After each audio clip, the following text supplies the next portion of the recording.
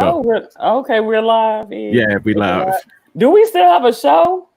I ain't Uh, seen this show in a minute. They came out with a show and you ain't seen people in about 4 weeks. and disappeared. Disappeared off the scene. Shout That out. helps the demand. Well, welcome back to the BWC. I was damn near forgot the podcast name. Baltimore Washington Connection show. We have been gone for a minute. However, I want to thank everybody who's been continually liking the page and supporting. Every week we get likes and support on the page. And so I just want to tell everybody thank you for that. And also thank you for being patient with us. Anissa Marine is not here right now. She's out on assignment and will be back with us next week. But I do want you all to know we do have a show, and due to different things, you know, we had to wait. Due to life, right? Due to life, doing a little traveling. Right, I was in Kansas City for like 3 weeks. It was hot as hell out there. Oh my god! DC and Kansas City heat is very different, by the way. The humidity is stupid. The humidity here is like ridiculously dumb. Like you outside, you lose all your water weight. In Kansas City, it's like this dry heat. It's just, and it's dry. Like there's no wind. I mean, it's terrible. Like, look, no kind of wind circulation. Since the last show, I've been to Kansas City twice, and I've been to Colorado. And I was in the mountains in Colorado, a 90-degree heat. In Kansas City, I don't know what the temperature was, but I was in the house. Like it was hot as hell, literally.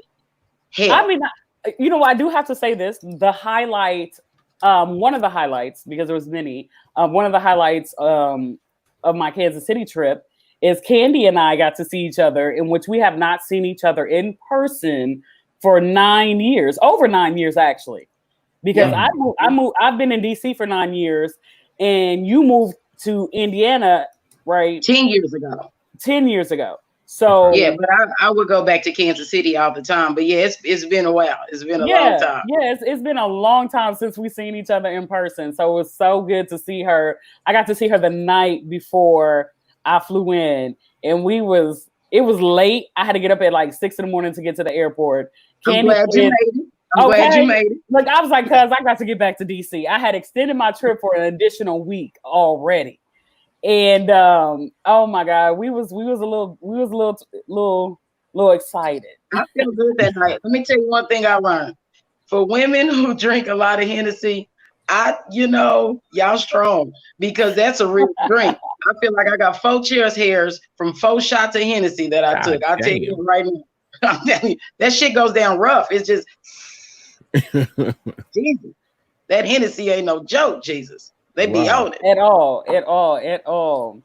E, what's been up with you? Well, I didn't have any AC for like a night, and that is brutal. Like Baltimore heat with this heat wave that's going on, not good. But it's back on. It's running. It's kicking. I was like, oh God, he is about to have a mental breakdown. Man, I was getting ready to get the hotline. Yeah, I deal with situations a lot differently. Like I'm on some like y'all need to come out here and fix this shit type of, Yeah, it's hot. Yeah. It's hot. That's when I get to the rules. Like, ain't it? If it's more than like 80, 85 degrees, this is an emergency. This is an emergency. Like I can have a heat stroke. Your sense of urgency is not meeting with my, with this heat expectations. Oh God! And I got married yesterday. Oh, congratulations! I'm doing like the women showing off the ring. Congratulations! I see you, boo. It's a bomb ass ring, boy. Also market, boo. Yeah, I'm somebody's husband now, so. Yeah. Oh my God. So I saw that post, but I was like, I thought you guys were already married. Nah, so we got married. Post, I was like, is this like an old post? But you recently got married. You didn't even tell us that you were about to get married. It's been hush hush. We're gonna do like the whole big ceremony and the reception next year. Oh yeah. So we kind of secretly got married. It's long overdue. We've been together now for like 6-7 years. Oh wow. And we said to ourselves, hey, let's go ahead and do it. So yeah, so that's my weekend. Yeah, And like, tomorrow's Doesn't he have kind of like a different glow to himself today, though? Isn't he kind of like glowing? You know what I mean? so and tomorrow's my birthday. So Okay. oh, How man, old are you you are turning? living Or do you you not want are to tell us? living life. yeah, I'll be Are you a Cancer 25. or a Leo? You a Okay. Leo? What you say? You a Leo then, right? Oh, yes. God bless that woman already. You Yes. know, you got bless that woman already. You know what I learned going back home? I'm like the only one of my cousins unmarried, and they've been married for 12 years, 18 years. And I'm sitting here like, I'm thinking about getting married at 40. I got somebody I like a lot that I just might marry, but I don't know. I'm too young. Marriage, I'm too young. I don't have no gray hair just yet. I gotta wait. Well, Yeah, I got a ton yeah, of it. you ready for marriage? You ready? I ain't ready. I'm too young. I got one grandchild. I got to have about 4, 5 of them before I settle down and get married. I don't know. You I'm silly. I'm definitely not thinking about it. You know, I was actually watching someone's video who was in Baltimore. He lives in Baltimore, and I love his posts. You know, he's actually kind of fine too. I only added him because he was in Baltimore and he was cute. So I'm trying to make provision. When I moved to Don't be trying to do no entanglements. Don't be I trying to do know, right? I'm trying to get entangled just a little bit. So anyway, I was watching his post last night. His name is Michael Branch, right? Michael Branch, okay. And I like the way he spells it, Mykol. Okay. And so he's on here talking, and he's talking about how women who are on this diameter is from 1 to 10, right? Mm-hmm. And then the attitude meter is from 10 to 1. So okay. 1 to 10 meaning if you're 10 to 1. So a 10 is basically you're fine as fuck. A 1 is just like you're trash in terms of looks. And then on the attitude meter, he said a 10 is a great attitude, and then a 1 is a terrible attitude. So anyway, he basically was like, if you're a 3, your attitude meter needs to be at least 3 steps, 3 or 4 steps up. Like you have to have a good attitude. So I said, I feel the same way. You understand? Because I feel like if you are not well endowed, there's an attitude meter that goes along with that. I don't care how fine you are. It should be a humble meter. Fuck it. It should be a humble meter. You should be humble. Okay. There it is, humble. You should be humble. But that's so crazy how dudes are like, well, if she's fine, she can have this type of attitude. But if she ain't all that fine, she needs to have the greatest attitude. And it's like, you got a bunch of fine men who have that ain't just men. We gotta stop that. That ain't just men. That's society. Society feels like that. You have a lot more patience with a pretty person than you do a ugly bastard. I tell you what, you see somebody ugly, you be like, get your ugly ass out of here. Kid, grown folk, old folk, no, it don't matter. Somebody pretty, you have patience. Like, I'll work with you. You cute. I can look at you. You shouldn't be this dumb, this cute. I'll work with you. But ugly, you Marla Hooch. Get your ugly ass out of here. Oh my God. I feel like women are willing to date less attractive men more so than men are. No. Women will date an ugly man if he has a big penis and a lot of money. That's what I'm saying. Yeah. That's what I'm saying. Yeah. Like, we'll date an ugly dude if he good in bed, and you know what I'm saying. He got his. I mean, look at Lil Wayne. You know what I'm saying? Like he looked like a river cricket. A river cricket. Oh my damn. His kids look good though. He got pretty kids up. Yeah, he got some pretty kids. He's an ugly dude. I'm sorry. Yes. But Biggie said black and ugly as ever. However, you know what I mean? Like, he's good. They good. Oh my God, terrible. But anyway, sometimes I tell myself, since I look so damn good, I shouldn't be this positive and this nice people, me being this damn good looking. I can have a few attitude days. Just you know what I mean? Sometimes I look like, man, I'm good looking. I should not be a package like this. But you know what?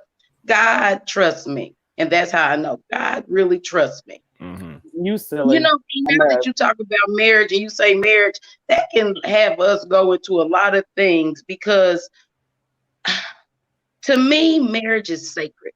If you get married, that shows that y'all are in a real partnership. Kobe and Shaq, Michael and Michael and Scotty.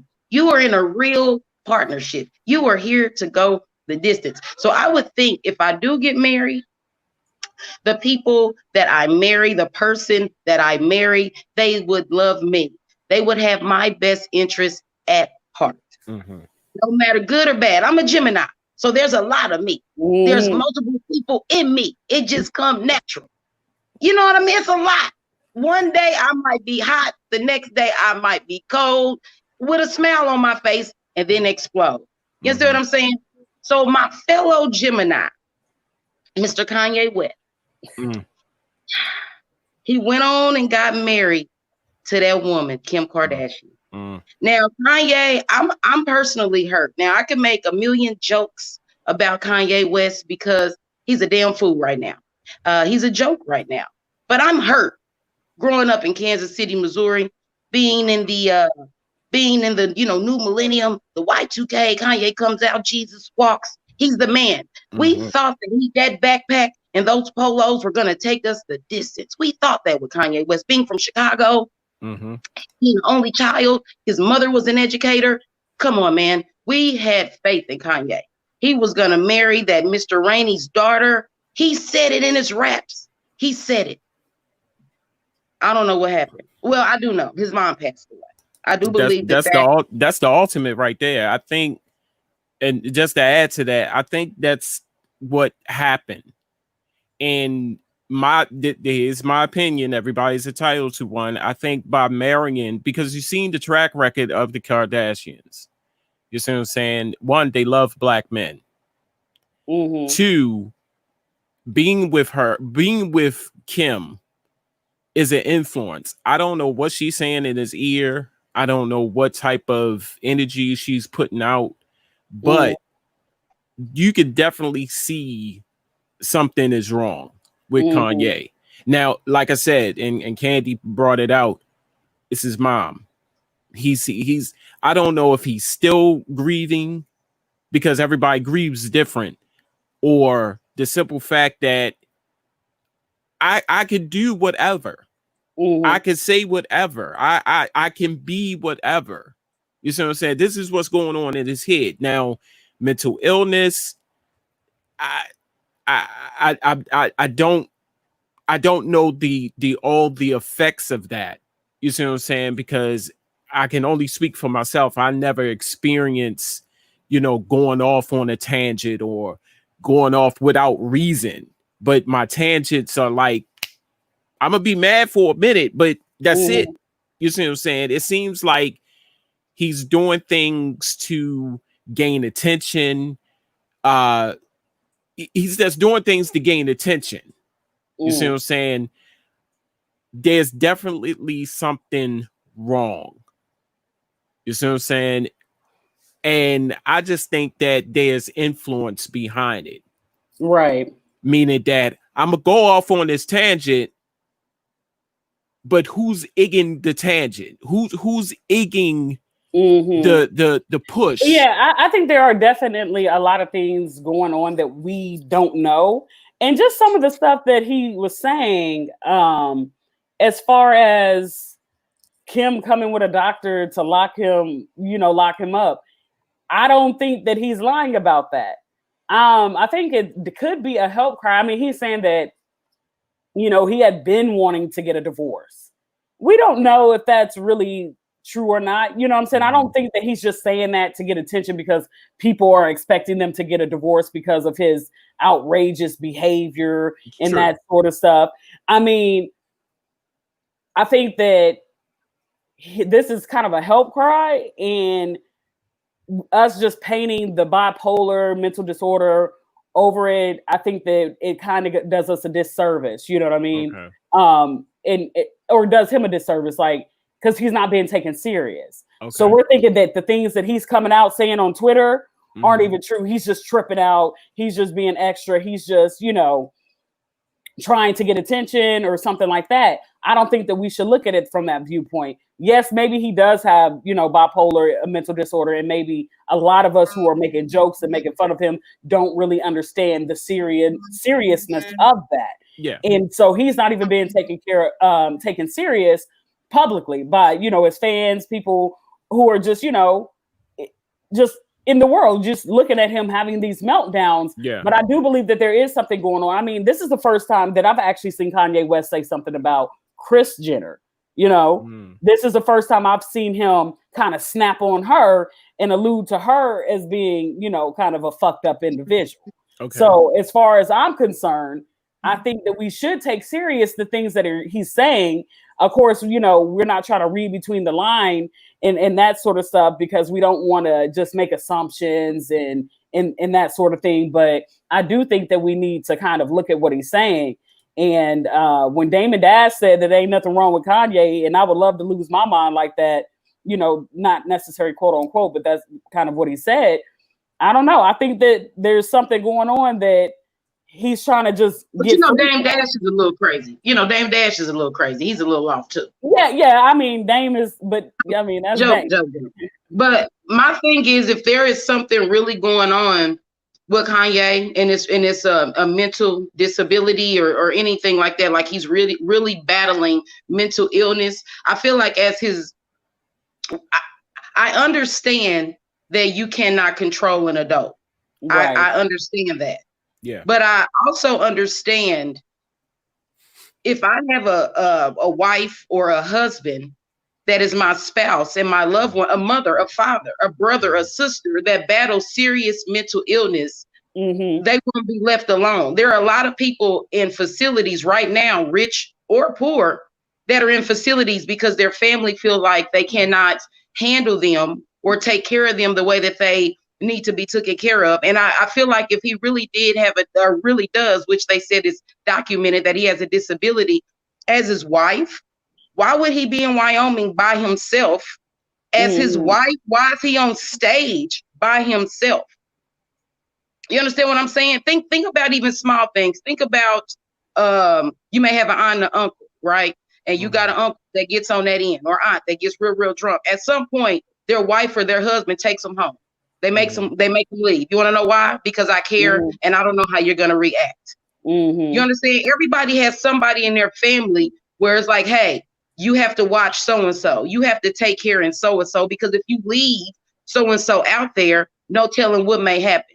So I think that for him to be married to that family and be married to that situation, that definitely does not help what he has going on mentally. And I understand that he lost his mother and that what that did to him mentally. But again, I think that is just very crazy of him not to surround himself by real people who love him. And I think that it's sad that he got Kim Kardashian, of all people, pregnant and decided to create a family with somebody like that who really doesn't have his best interest at heart. And I truly believe that Kanye West was a genius. I still believe he is a genius musically. Now, what's going on with him mentally? I don't know. I think it's crazy. I think he got us Geminis out here looking just, wow, Kanye, get control of yourself. Jeez. Anytime Dame Dash is your voice of reason. Dame Dash. A wild time. You are having a wild time. Wyoming, we knew he was crazy. He built a ranch in Wyoming. Damn. Well, that is just weird. He's just a weird guy. God bless Kanye West. He ain't running for president though. Would y'all vote for him? Would you vote for him? No. If he's this unbalanced, I can't put now. The president we got is imbalanced. Yeah, that's what I'm saying. I can't deal with another. He's a Gemini too. I can't deal with the unbalancedness that's in the White House and knowing all of this. We seeing all of this and putting him in the White House. I can't.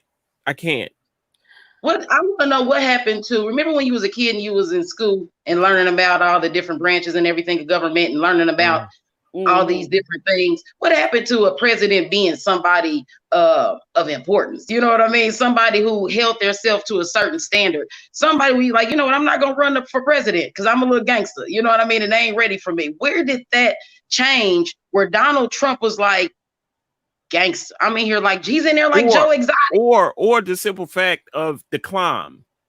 You see what I'm saying? You're a celebrity, and I'm going straight to the White House to be president. Where was the climb? You know, state senate, local mayor, governor, and then president. Right. I didn't even see the climb. Like first minute you on TV and going off. Now I want to run for president. You see what I'm saying? I'm telling you, he's Joe Exotic. To be honest with you, I appreciate that regardless of, you know, I appreciate that even though Donald Trump kind of has like some fucked up shit that goes along with him, I appreciate that he did get into the White House for not because I like him as a president, but I feel like so many people could get into office, okay? So many people could get into office, but sometimes they have shit that comes with them that could prevent them from getting there. So I like the fact that that door has been open for people who are flawed. Now, do I appreciate the flaws that Donald Trump has? No. If he had different flaws and the country wasn't divided right now, you understand what I'm saying? If there wasn't this great division in the country, and some of the policies that he has signed in as he's been in office, some of those are good policies in some regard. You have to respect that. Though he does have some good policies, and like even with the HBCUs, the money that has gone to Black colleges, that's great for us. You understand what I'm saying? I'm not saying that because he's done this, that makes him a good president, but those are great things that he's done, but he's still not a great president right now because he's not dealt with the division and racism in America. That is key right now because we really need to be united and love one another and deal with what we're dealing with in society, not just with police brutality, but even in Black communities. You understand what I'm saying? If love was here and we worked together and we were united, I think that a lot of people in impoverished communities wouldn't be as angry because we would be helping one another to build that community up and giving it and leaving it for them. You understand what I'm saying? Not gentrification. That's not building up a community because you're pushing us out. But I'm saying that community, anyway, all I'm saying is I appreciate that a flawed individual is in office. However, I don't appreciate his flaws. But if there was someone to come along, like, for instance, Andrew Gilliam, he was he was a rising politician. He had a bad night. He did. He had a bad night. You know, he had a meltdown. We don't know how the loss in that race, how that affected him emotionally, his aspirations and just everything. He could have became completely unmotivated, depressed. And then, Candy, I know you about to say something real stupid because I can see it in your face. Don't get on my nerves. Because, he made a statement. He made us. I didn't even listen to the statement he made because I'm like, Andrew, man. Don't do him. We gotta love our brother. We do. We have to love him through this because he was a rising star politician. And you couldn't get caught with no weed, Andrew. No weed. You had to get caught with that other stuff, Andrew. Really, out of all the things, Drew. But look. Everybody is flawed. I ain't even gonna talk about the man that was in the room with him. You know what I mean? That ain't none of my business. This is why I was trying to be positive. I was trying to put some positive energy out there for our brother. And now here you want to talk about him with his white male mistress. Okay.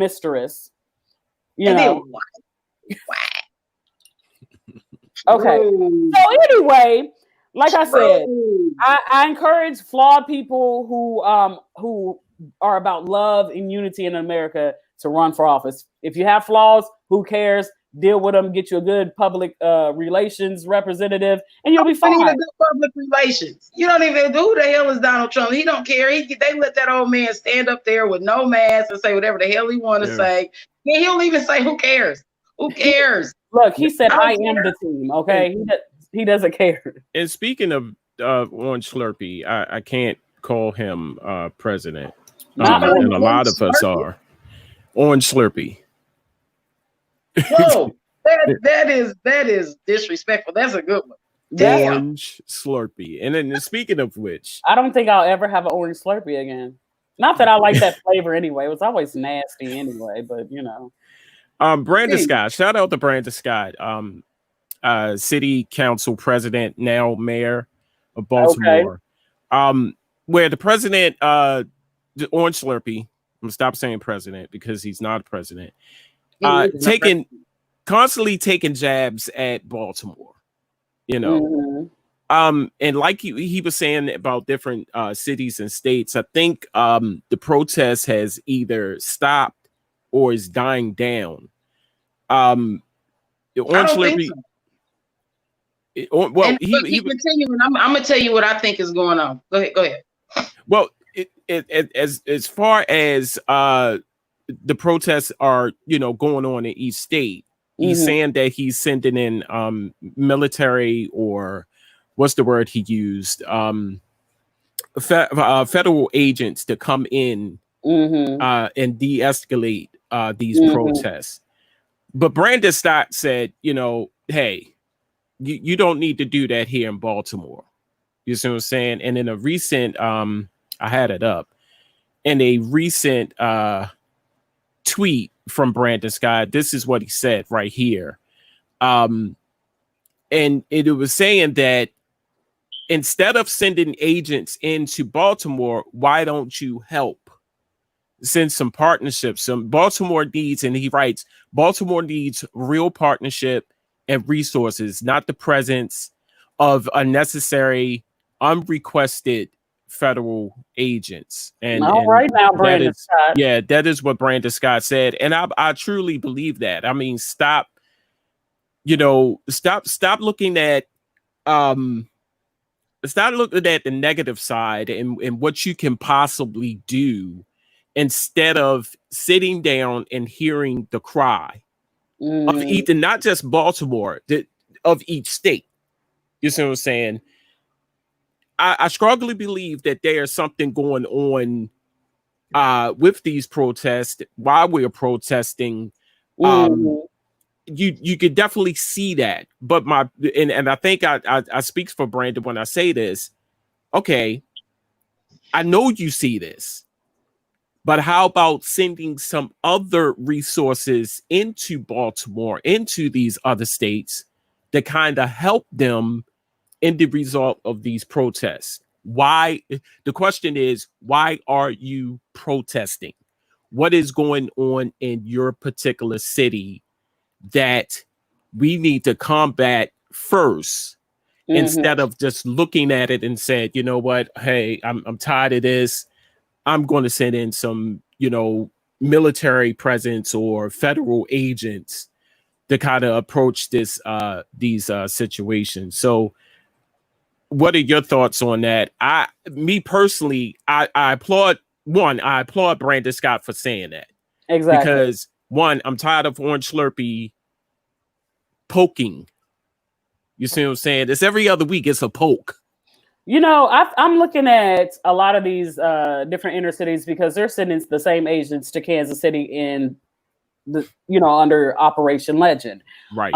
In which his mother actually went to the White House and spoke. I don't know if you saw that, Candy. She was at the White House. Yeah, she was at the White House with President Trump and spoke about Operation Legend.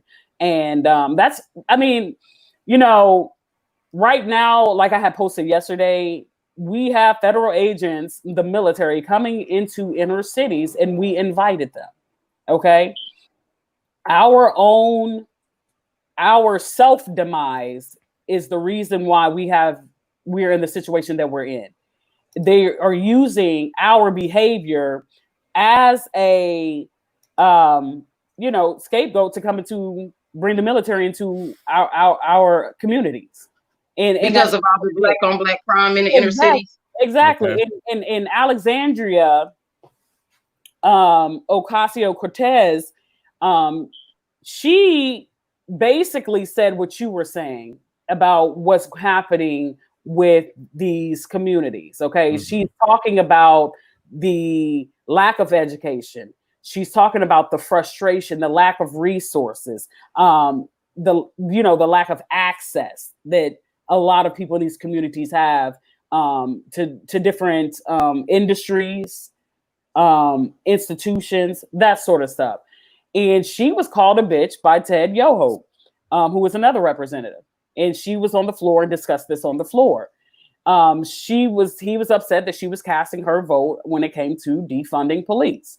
So we all are saying the same thing, that we don't need an army, a military to come in. Mm-hmm. We don't need that. What we need is an opportunity, a new way to win. Mm-hmm. And we don't have that. We're not being offered ways to win.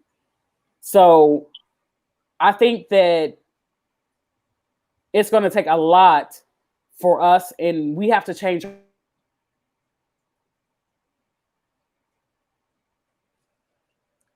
She froze. Yeah, she froze.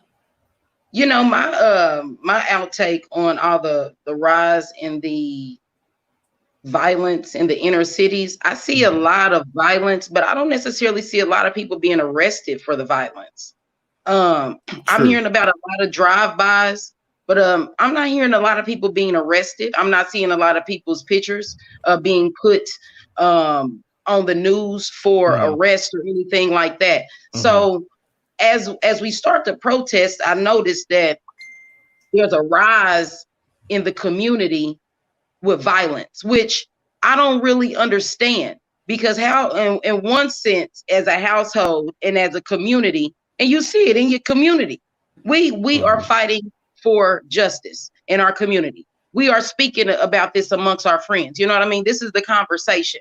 I don't see very many conversations of people trying to do things negative towards Black people. I don't see a bunch of Black on Black disregard. I see, when I'm out in public, I see a lot of Black people trying to help one another, trying to be there for one another, trying to show love, trying to compliment one another. But then when I turn on the police, once we go to sleep, I see that there's been 1,000 murders, 1,000 shootings, but yet still I don't see anybody being held accountable for these murders. So then I'm starting to believe, well, who's actually committing these murders? Who's doing these? Who's doing all this violence in the community? Like, I'm 37. For as long as I live, I don't care who you are and how tough and how gangster you are. Nobody kills kids. Nobody does anything hurtful to kids. I've been seeing a lot of kids being killed, being shot, being in drive-bys and things like that. But yet still nobody's being held accountable. You don't tell me that as a community we're just savages and we don't care and we live by this no snitching policy that we just allow anything. I don't believe that. I don't believe that we are out here killing one another like that. I do not believe it. I don't have any proof. But all I know is I see a lot of people being killed in the Black community, but yet and still I don't see anybody being held accountable for it. And I think that's what, and just to piggyback off of the comment that Kevin, I'm going to put that back up there. Kevin said, Brandon Scott sucks. He's an O'Malley stooge. Everybody's entitled to their opinion, Kevin, and I appreciate you watching and commenting. But here's my take on that. You got to start somewhere. You got to start somewhere. I don't know about... I don't know about every other state, every other city. I can only speak on Baltimore. And for right now, you got to take a stance. You see what I'm saying? You got to call it out. You got to put it out there. Quiet mouths, shut mouths don't get fed. That's right. So my point is, just what Candy just said, you know, she said, I don't believe that people are killing people just to be killing people, but you got to start somewhere. So just by Brandon Scott making that presence on Twitter or making that statement, this opens a door. You have to open a door. I don't care if you like the man. I don't care if you do like the man, or anybody for that matter who's stepping up and making a statement, because there's a lot of us on the back end who make comments and say things and don't do jack shit. That's just my personal belief. Shout out to Brandon for one, taking the time and say, hey, on Slurpee, what you're not going to do is keep jabbing at Baltimore. What you're not going to do is keep jabbing at all these other cities who are doing the same thing.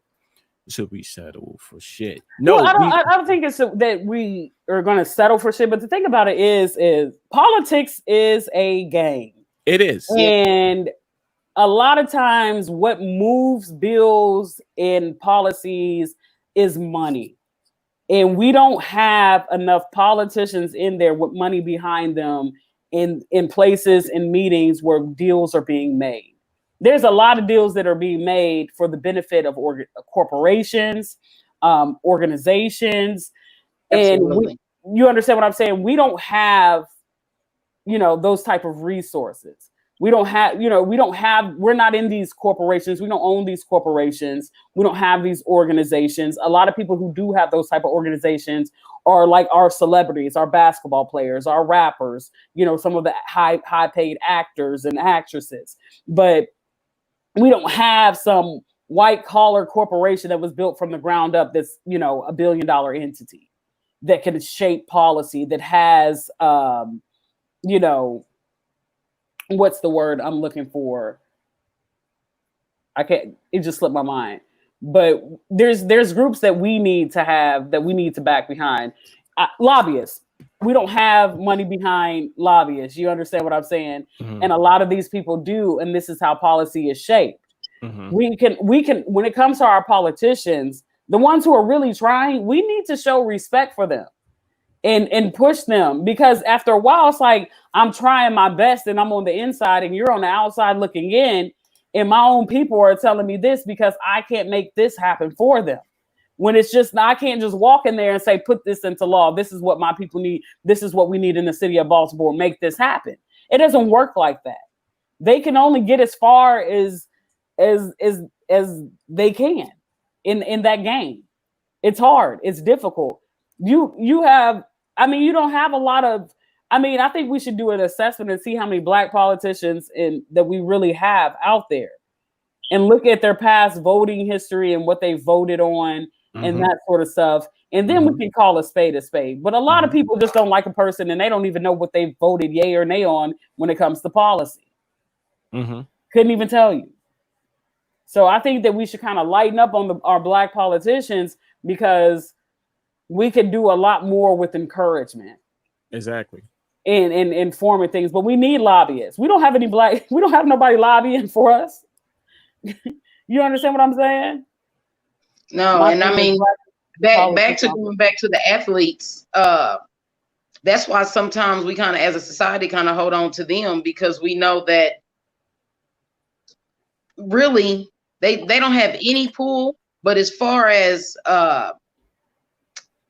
wealth in this country, or where they'll get somebody to listen to them, is the athletes. Any other corporation, really, they don't really listen to what we have to say. But the NBA is going to listen to what we have to say. The NFL, they tried, but we're making them listen to what we have to say. And that's the I'm sorry, I'm reading his comment. Yeah. Is he from Baltimore? Yeah, I would believe so. Yeah, Kevin Rodwell. Actually, Candy, Kevin used to listen to he used to call into the Moon Man show all the time. Oh, okay. Yeah, he used to call into the Moon Man show all the time. So that's a continued follower. Yes, Kevin. Kevin, he's traveling follower. Let me tell you something. I'm kind of feeling Kevin a little bit, because I feel like we do need to hold our people accountable, but I feel like we need to, but like you said, but constructive criticism, watch the way that because we only have a few of them, you know what I mean? If we really feel a certain kind of way and we're trying to get things passed, I think it'll be easy to kind of arrange a meeting, sit down, talk to them, you know what I mean? To kind of, have a meeting of the mind so we can get things done. Ice Cube was on the Breakfast Club the other day saying that he's writing a contract. contract. Yeah.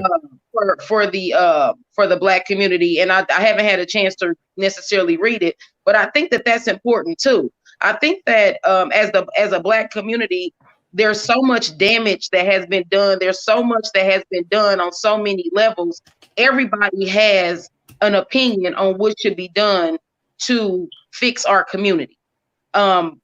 Everybody doesn't have the best plan. Everybody doesn't have the best ideas. But I think that if we all literally come, which is very difficult because again, I feel like as we come together, we still have other systems continuing to pull us apart. You know what I mean? But if we came together, because everything is a value, what you and Baltimore needs, what Indianapolis needs, what Kansas City needs, that's all relevant and it's all different. But I think that if we have all educated people come and we're able to articulate that, that's more important. You know what I mean? We have like you said, we have a lot of people who talk the talk, but not willing to do a damn thing. You know what I mean?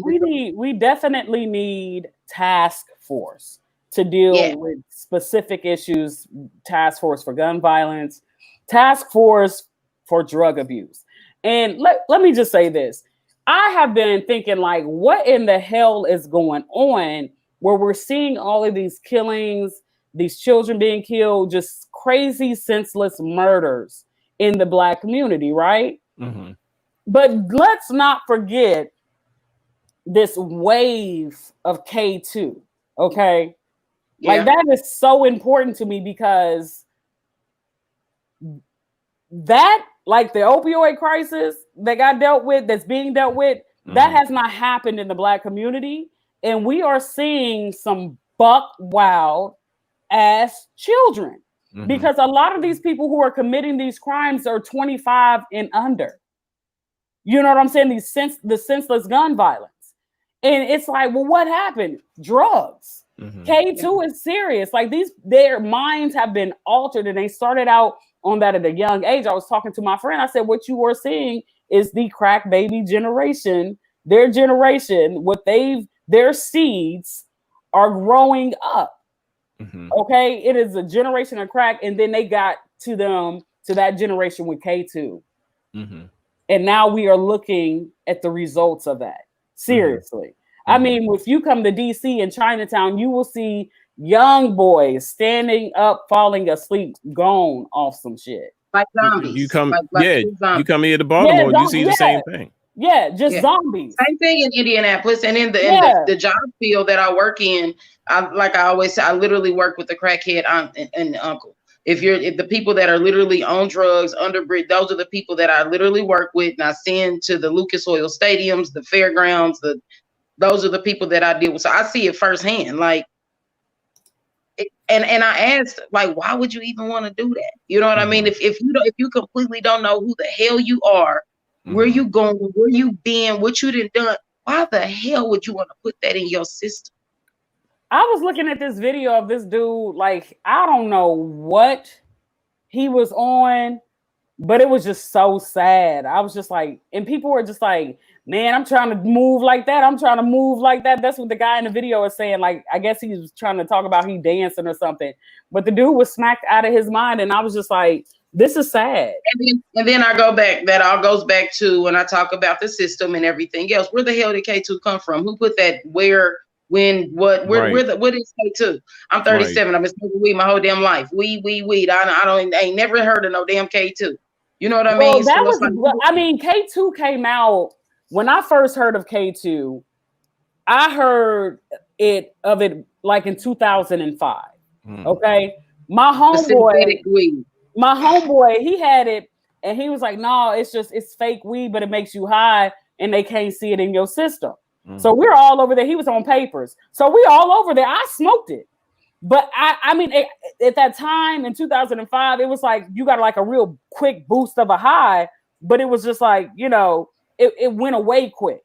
It didn't have you like what it's doing to people now. So K2 has been around for a while, but they've changed it over the years.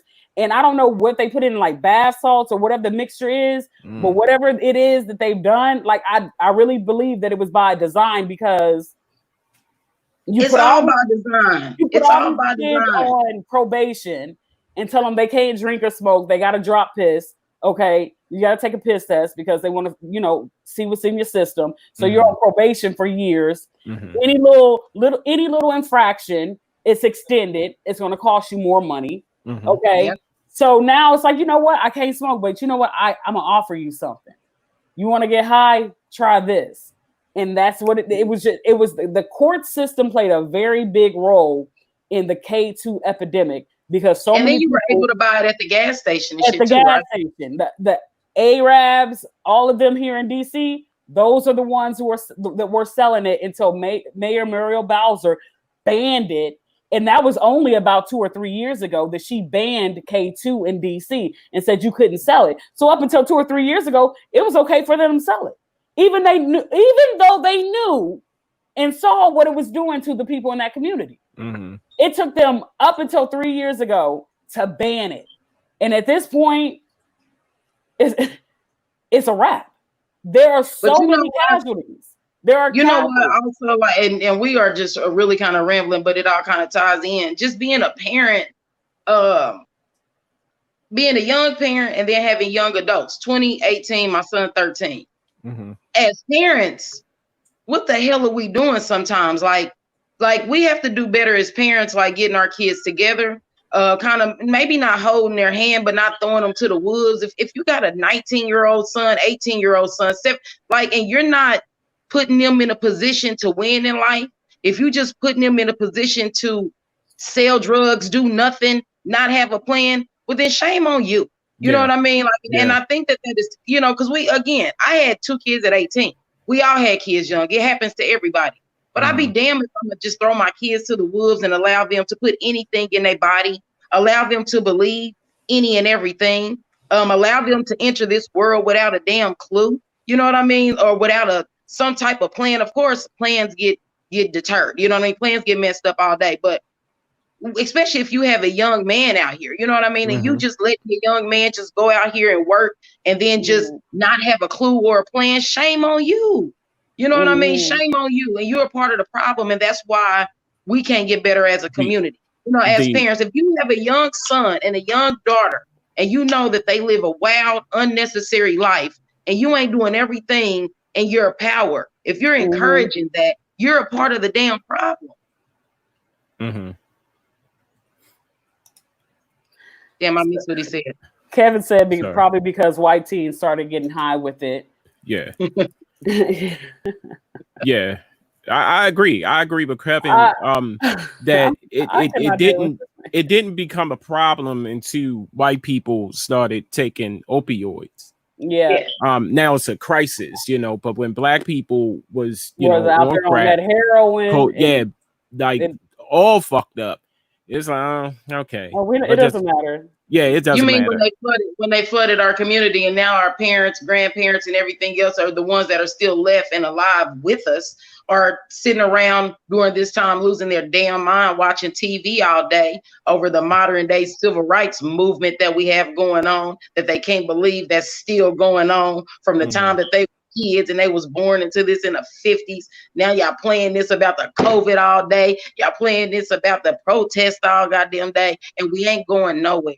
We need to. Can you believe they still ain't arrested the people that had killed that Breonna girl here in Kentucky? But then have the nerve to arrest Yandy. How dare you arrest Yandy and Portia? For being outside of the jailhouse and protesting and stuff. And then, have y'all seen the man, the attorney general in Kentucky, the black guy who married the pale white lady and had the Snow White wedding? And while you sitting up here living in bliss and everything else, this woman had been brutally murdered. And it came out that she was alive for 5 to 6 damn minutes. Y'all didn't help her. And you sitting over there with a pearly smile, want to give these people federal charges. This again is what's wrong with the black community. We have people like that are in leadership. You know what I mean? That we need to come on. People like him that make people like him, black politicians like him. Not okay. I can't deal with them. Like I seen the post. I was like, let me just not say anything because my blood pressure gets to going up, and I just don't have time for it. I really don't. But I feel you on that. Yeah, But I think, wait a minute though. But shout out to the King James, who took that time at that press conference after the game to first start out with calling for an arrest of those officers who killed Breonna Taylor. Shout out to King James. Shout out to King James. But before we shout out, I'm gonna shout out the NBA players in general, because not only him, every NBA player that takes the podium with every question that is asked, they return a response. We want an arrest for the murderers of Breonna Taylor. Not just every NBA player. Every NBA player that gets up there, that is his response. White ones, black ones, yellow ones, green ones. Had a great game, but it would have been better if you would have arrested the bastards who killed Breonna Taylor. Amen. Yep, it's a great day in the bubble, but it would be even better if you arrested. That's how everybody is responding. That's why I love sports. And that's what we have to do. That's what we have to do. Right there, that statement alone, they wasn't kneeling, they wasn't holding up a sign. They right there, general talk in a press conference for the world to see. You see what I'm saying? That's what we need to do. Hey, the nice day here in Baltimore, but everybody has to seize the moment for real. You have to seize the moment. And that's really important about athletics and with the athletes, because really it may sound, but just to me, where I'm from, you know what I mean? And what I do in life and how I live life as a community, financially, other than that black church, black athletes generate a lot. I said it because the black church generates a lot of money, a whole hell of a lot of money. And a lot of, and a lot could be done. A lot, and black pastors, I don't give a damn. Y'all should be out there doing a lot more too. I'm tired of we doing pantries. Everybody gives away free food. Everybody does. So you need to do a lot more to pantry.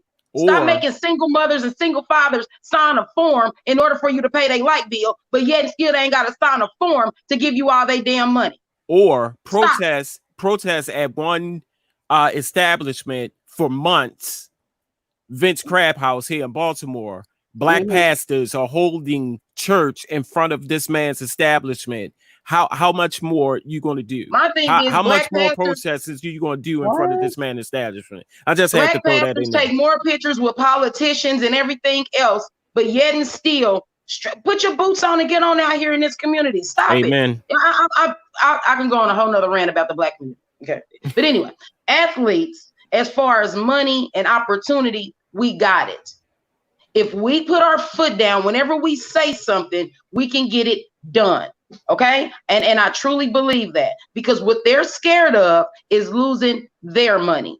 If I make $50 million, how much do you make in order to cut me that damn check? So therefore, if I stop running, throwing, jumping, shooting, what the hell is going to happen?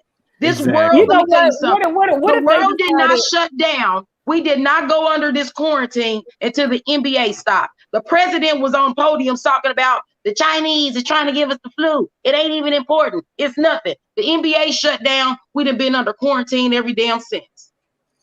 You know what? What if when it came to that championship game, they all was like, we ain't going to play the championship games. We're not going to play until an arrest is made for Breonna Taylor. Now that would be powerful. You know what? I it down until there's an arrest. Before the bubble got popping with the NBA, play on words. Before the bubble got popping, a few NBA players and a few were not there. Avery Bradley, but because of a child, Kyrie Irving, he's injured. But they were saying, let's just not play and see what happens. We ain't going to the bubble. We ain't even gonna do it. But then LeBron James, a smart one, and some of the other ones was like, we can make a bigger. We can have a bigger voice and make a stand if we do play. And I see by them going to the press conferences and doing that, the Black Lives Matter on the courts and things like that. And I do believe that, but I do believe as athletes, they have to continue to put their foot on the man's neck and make them make moves. Period. Yeah.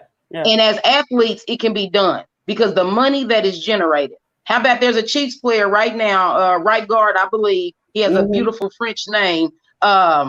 He's not playing right now. Why? Because he's born in Canada, raised in Canada. He has a medical student, but also plays football. So while he's been off, he's been on the front line helping with the corona and everything. He doesn't want to be a part of the problem, coming to play football and maybe bringing coronavirus around and everything like that. In the NFL, they have something. If you are subjected to get the coronavirus, you can make $350,000 that year to stay home. If you just want to stay home because you're scared, you can make $150,000. He's choosing to stay home. There's WNBA players that are choosing to stay home to fight. Maya Moore hasn't been playing for years, but people don't know because she was fighting for a family friend to get the hell out of jail. We have to have more people like that are willing to be Colin Kaepernicks. To say forget it all because he was crazy. Afraid. That's the thing. And not be afraid. Not worry about any. And not be afraid. We need Steven Jackson to stay focused and stay on the front line and not worry about everything else and keep pushing where he's doing. We have to keep doing this. The ones that have the opportunity, that have the funds, that have the means, and people like us have to stay positive and have their back and not belittle them and not bring them down. Thank you. And if it's something that we don't like, we need to figure out a way to pull our people to the side. Because what I've learned about the white community is they will stick together. They will throw your black ass under the bus for as hard as you work. You can build the country for them, but they will throw you under the bus. Amen. Yeah. And even if they have problems, they're going to make sure that the bottom line is the bottom line, even though I don't really like you, but we ain't going to just, fall apart. They do stay united regardless of what the issues are, because they do got issues too. Don't get it twisted. Oh my God. It's the way that they deal. They have the worst issues. They deal with one another differently than we do. We real cutthroat with each other. Yeah. Oh yeah. Let me tell you something. We talk about the devil, but the devil ain't got shit on a white supremacist Christian man. How about that? A white man that is a Christian, all American. The devil ain't got shit on him. That's the meanest thing walking the streets, man. He is the meanest thing walking the streets. You're right. I think we meanest need to thing walking the streets. And that happens to be some people's uncles. That's some people's daddies, brothers, and they the meanest thing walking the damn streets. Well, we only have a couple minutes left. We'll definitely be back next week. Okay, guys, we are going to be consistent going forward. So forgive us for our hiatus. We can talk more sports too next week. We can talk more sports because they getting the popping in the bubble. I can't wait to hear Candy give us an update on these games and stuff. This is going to be exciting. Thank you all for tuning in. Like I said, we'll be back next Saturday at 11 a.m. every Saturday at 11 a.m. This is the Baltimore Washington Connection. And we are so glad for those of you who tuned in and are supporting our page. Make sure you hit like on the Facebook page. Follow us on YouTube. And what is our YouTube channel name? I think it's Baltimore Washington Connection. I don't think I added anything. I'm mad that we think. Yeah, we got to think about it. This is a show that we have yet to get any promotions, anything. Y'all don't worry about that. Just keep working with us, okay? All I know is I said the Chiefs is going to the Super Bowl. And by the time I'm done with this, I'm going to the White House to have this conversation with these people. Oh, well, come on, Candy. I got some space for you here. You can come crash at the crib. Come on, man. I got a mask. That's all you need is a mask. I got a mask and a smell. That's it. All right, y'all. I'm so glad we had a great show, and we'll see y'all next week. All right. Go ahead and take us up out of here. Hey, make sure y'all check us out next week. The Baltimore Washington Connection. Make sure you're liking us on Facebook. Make sure you watching us on YouTube. Peace. All right. See y'all. Holla, holla.